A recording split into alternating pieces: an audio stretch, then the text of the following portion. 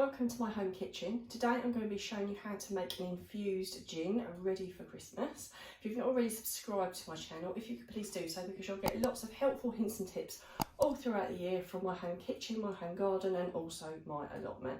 Now these redcurrants, I was very fortunate to be given these by my father-in-law, who came round moaning one day that he had too many, he didn't know what to do with them.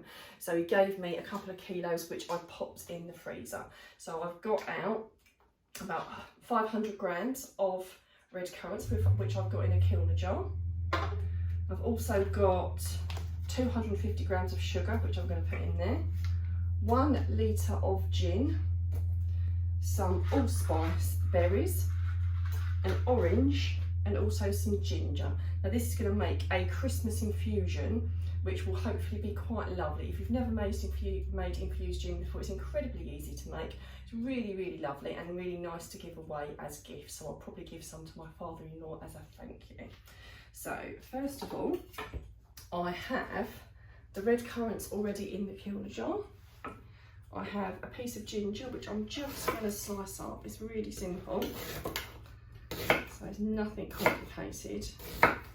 It's one of the nice things about making infusions. They are so incredibly easy to do. So pop the ginger in. I'm going to zest the orange.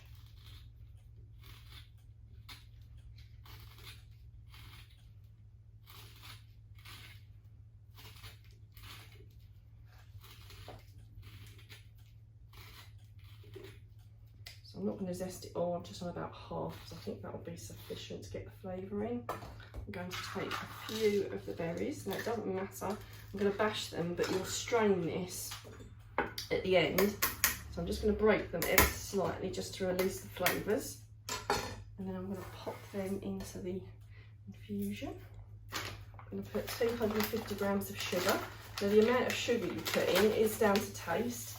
I usually put about 250 grams when I would put in about a litre of spirit. That's roughly what I like. But again, if you don't like it so sweet, don't put so much in. If you like it sweet, I'll put in a little bit more. So these types of scales are really handy because you can just pour everything in in one go. Then obviously slice a few bits of orange. So I'll just take the ends off because we don't want those horrid ends, do we?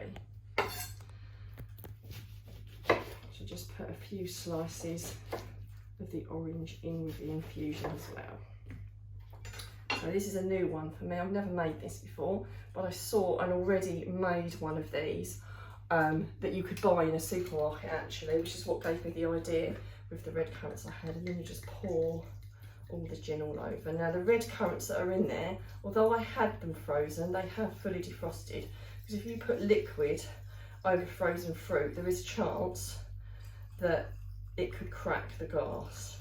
Now I might not be able to fit all that gin in straight away, so I might just have to put the lid on, give it a little bit of a shake. Oh, it's just popped out. Right. And just fasten that back on properly. These are really good because you can pull them apart and wash them, but sometimes they do pop apart when you don't want them to. So what you'll do is just every few days, you'll just give it a little bit of a shake to dissolve the sugar and get the flavours running through. And if I think I can add a little bit more gin to that, then I will do. But for the moment, I've got a little bit of gin left in there, but I can always add that at the end to use it all up. Now, I really hope that's inspired you to make some gin infusions. And if you've got any questions or queries, or you've got any infusions that you make that might be nice for me to try, then if you could let me know in the comments, I would love to hear from you.